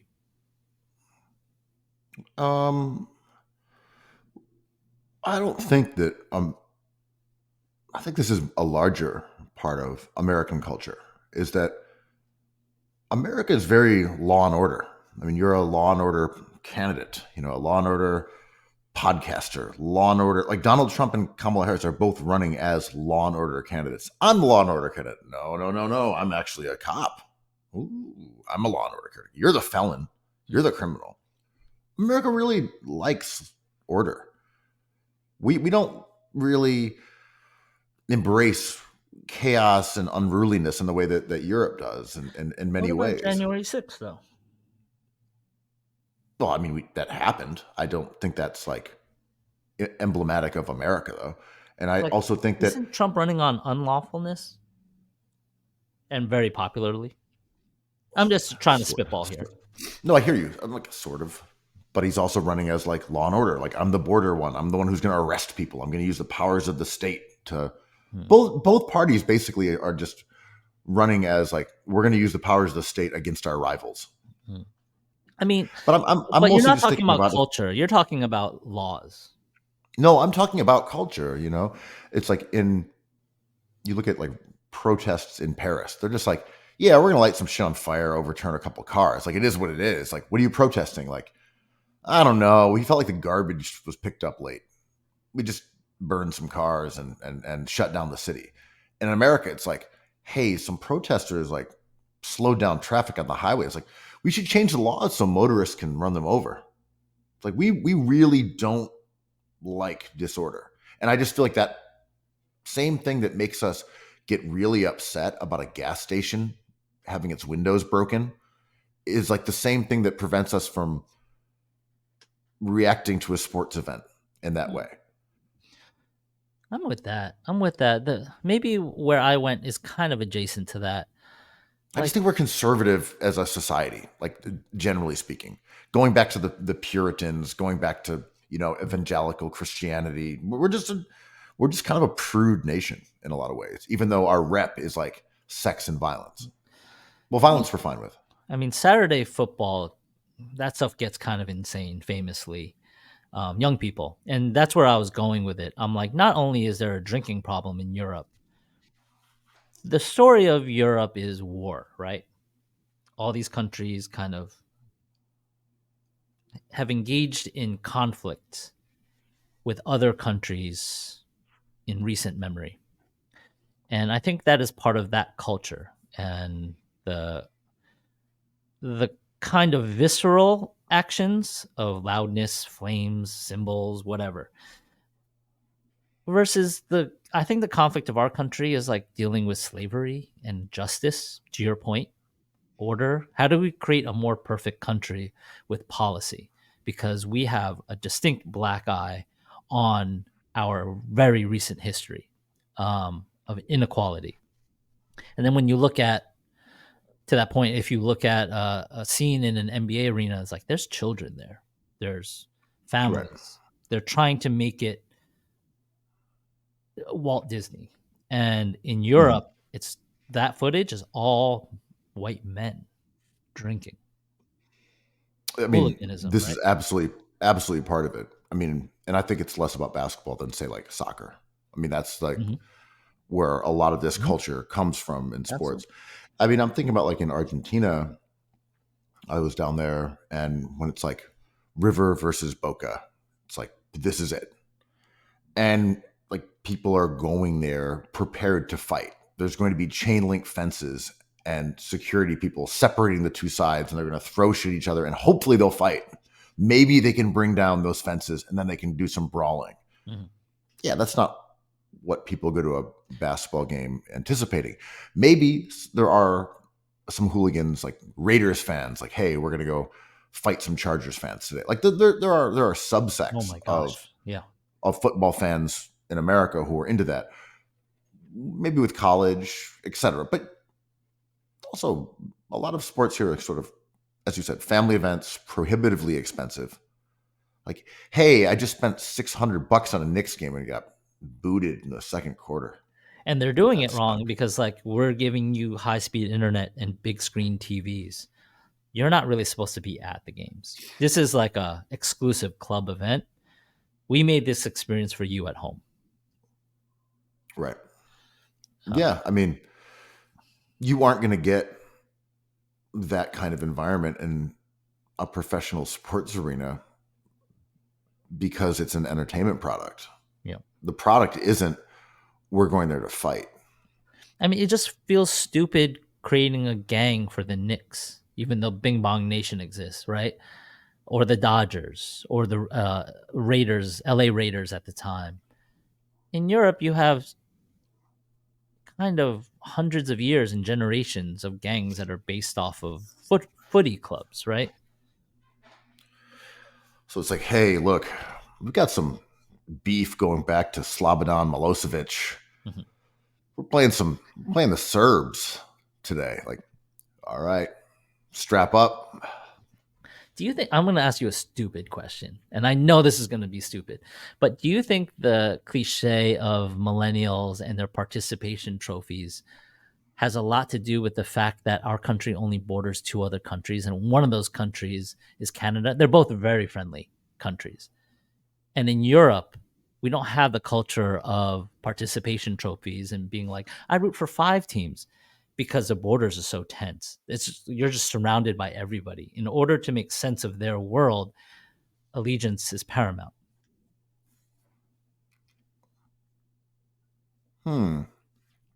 Interesting point. And also in, Zach Randolph parlance, and in this neighborhood, bullies get bullied. Mhm. The US is just a bully. It's Yeah, not I mean, like you go over there and you're like, yeah, we're trying to flex and now we got issues. yeah. I mean, Like we have to morons. coexist. We don't have to coexist with Canada and Mexico because we just push them around. Yeah, I mean, they're our allies, and like there are Also, morons. they're also our sons. We're just like, all Yeah, right, guys. we Like stand you're on doing guard what for now? duty, right? You're doing what now, Canada? Like, I mean, even I forget it was like Hochschul, whatever her name is, was basically, well, look, if Canada ever fucked with us, we would annihilate them as a nation, just casually in Real talk. conversation. We took Alaska. Yeah. Canada's like, wait, what now? Wait, you're just gonna destroy our nation if we attack you? Like, seems harsh. Oh, with this place with tons of oil, we're just gonna take it. But it's not close to where you are. It's like, it's still ours. Close enough. Yeah. But I say that because, like, obviously there's moron fans, like Yankees fans who hate Red Sox, or Mets fans who hate Philly fans. But like, I think there's enough people who think sports is not serious to the point where it's like, I love the Sixers. I kind of like don't really hate the Nets or Celtics. It's like it's all in good fun. If the Celtics beat the Knicks on opening night like that, I'm like, ooh, that was kind of entertaining in a way. It's not like I don't have strong feelings about this, and like, of course, I'm Jeremy Lin enlightened, whatever. But like, do we engage in sports politics in this country in a more chill way than Europe, assuming that's a truth? Because like we're basically like a gradual, like we're like a slow blending of the same idea. Like a New Yorker versus a Philadelphian is different, but not by that much. But a French person and a German person are definitely different. Yeah, and yeah, I mean, I remember driving through very rural Louisiana, down in like Alexandria, Louisiana. No one's ever even heard of it. And I was simply down there with Q from World Star to try to spring cat stacks from federal detainment, as one does. Mm-hmm. We had to get her out. We were trying to get her out. Wrong court date. You went down there like, hey guys, yeah, her court date's not for a month and a half, so I don't know what you guys are really doing here. Mm-hmm. But anyway, driving around, and I was really excited to see true backwater Louisiana. Drive around, you're like, yeah, there are some oddities, but overall, it's like yeah, there's like Jiffy Lube, McDonald's, Walmart. You go up to like rural Massachusetts, which is the complete other side of the country. Mm-hmm. Looks exactly the same. I mean, maybe the plants are different. Maybe the You got climate is Dunkin' different. Donuts. But You got got different Dunkin' moving Donuts down there climate. too. Yeah, exactly. I mean, that there are some nuances. Like, okay, there's Shoney's or whatever. But overall, we do have like a homogenous society in ways that is really based on like commerce. It's based on capitalism, and even if the food is different, it all becomes the same. Kind of to your point. Like, yeah, you get a chopped cheese here and you get a cheesesteak there, but ultimately they've papered over these regional differences that Yeah, once were far more it's a important. hamburger. Yeah. With like, yeah, with stuff that's like, yeah, but we're all going to the same place to get our oil changed. Yeah, so I felt like I agree, and I felt like that point was interesting. Seeing the footage of those fans in Europe, I was like, that's either terrifying or awesome, but it's certainly different. And I'm like, I'd rather have it like we do, kind of. Like, of course, MSG goes nuts when the time is right, and Dante DiVincenzo, Italian hero Dante DiVincenzo, hits that three. The place is shaking. Like, that's awesome. But for a regular season game, yeah, it might be sleepy. I enjoy the product. Does America have a basketball problem? It depends on what you define as problem, but I don't think so. Well, yeah. Did I look at that scene and say, I wish I was amongst that crowd of men swaying back and forth? Sucks. Fuck no. Fuck Sucks. no. Yeah. Looks like it Fuck out. smells. Yeah, fuck out of here. I can't enjoy my children's sandwich in peace. It's bigger than the size of my head.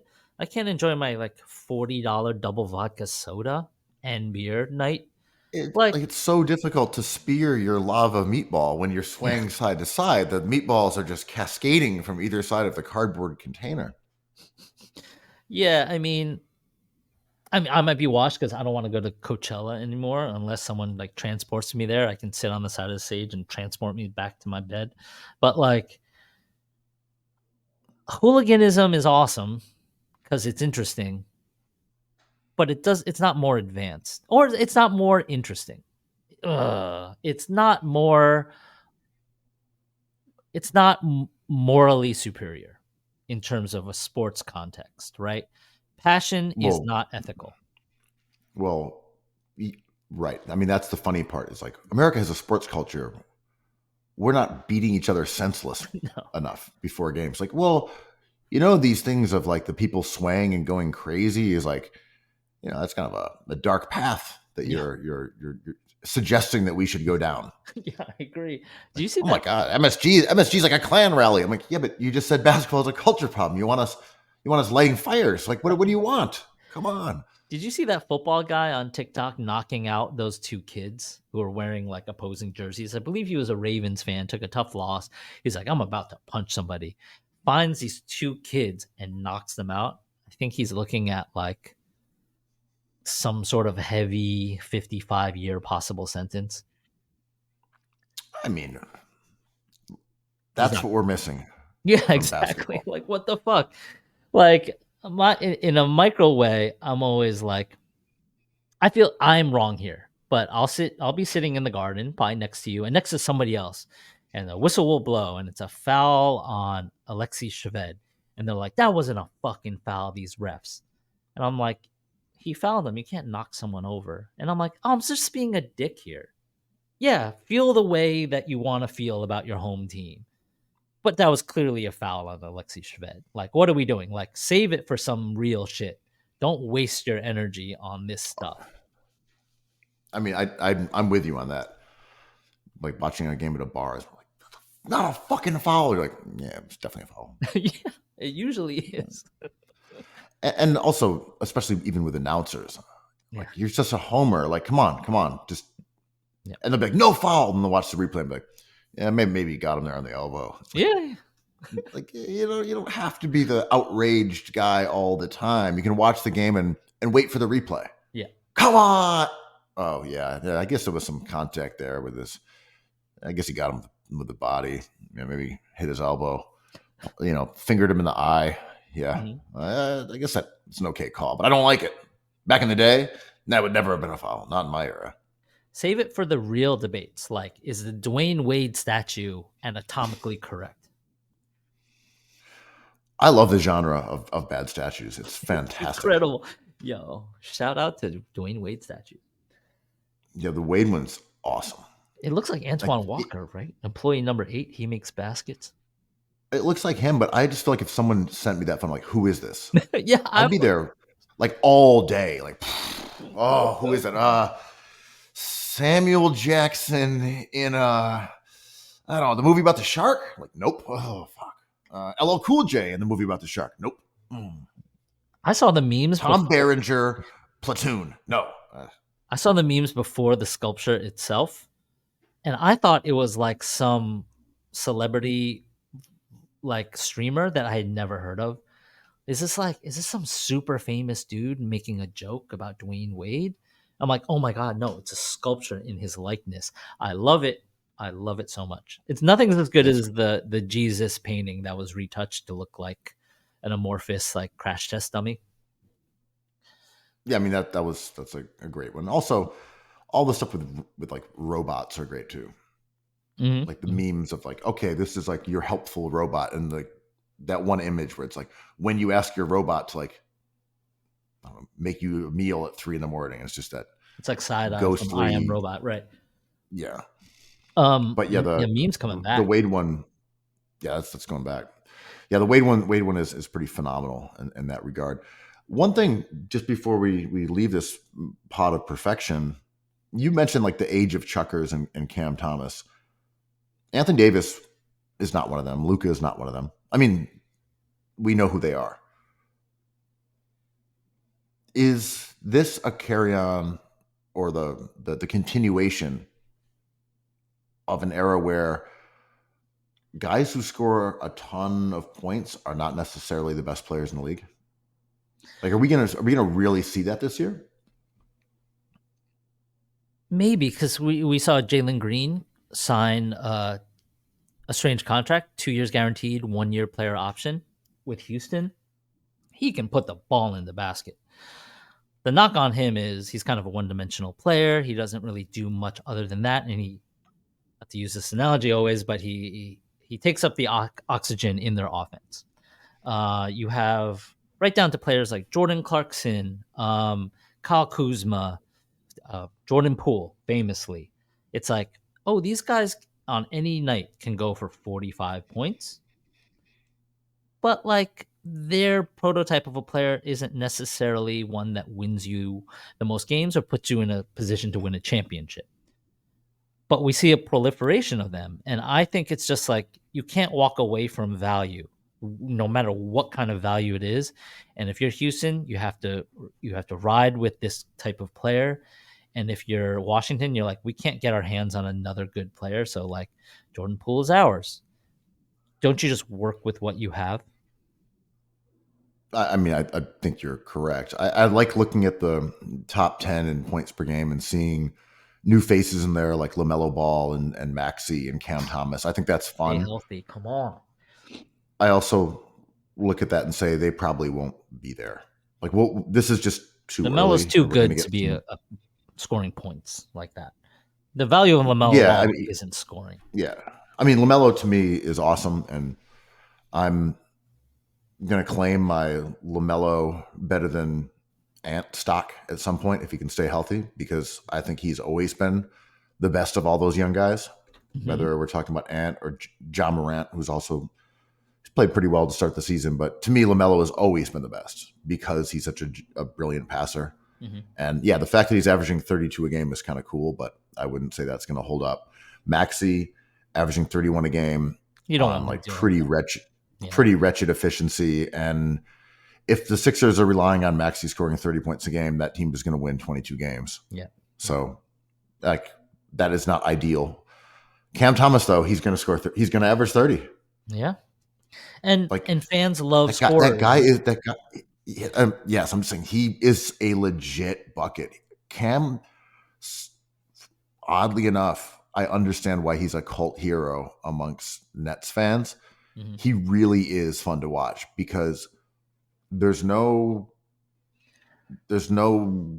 apologies about his game. He gets the ball and he goes and scores.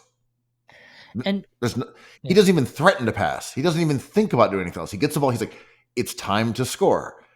And there's no one else in the NBA who really does that to his degree. It's shocking when you watch him play. And not to bring up a big idea as we wrap up this perfect pod, but like, is what the audience wants correct? Because the audience accepts Cam Thomas. They're just like, he gets buckets, just feed him the ball. And like, there's good defenders on that team who do a lot of dirty work. There's good defenders all over the league that don't get the benefit of that doubt. I'm thinking of Draymond Green and Rudy Gobert, who are Hall of Fame defenders and criticized because they can't really hit shots. Cam Thomas does nothing but hit shots, and he's a cult hero in ways that good defenders will never be, right? And I'm like, maybe the fans have it right. Maybe this is what we want. In order to win games, you need the defense, and you need to deploy Ben Simmons, a healthy Ben Simmons, and Nick Claxton. But like, maybe that's where I find fault, in my opinion. These are incomplete players, but maybe they're more wonderful than I think they are. Yeah, I think we've touched on this, of course, in the book, but the idea of a scorer as a role player is antithetical to the way that we view the sport, because we view the scorer as the star, that the star on the Nets is Cam Thomas. And like, there is some truth to that, because he has the ability to score a bunch of points, and that's Marcus Thornton. what but that's what the sport is. The sport is you have to score more points than your opponent. Also hold them to less than you. But hey, we scored 107 points, 110 points, and 35 of them were from Cam Thomas, and he's our guy. Malik Monk, and he's good at it now. Yeah.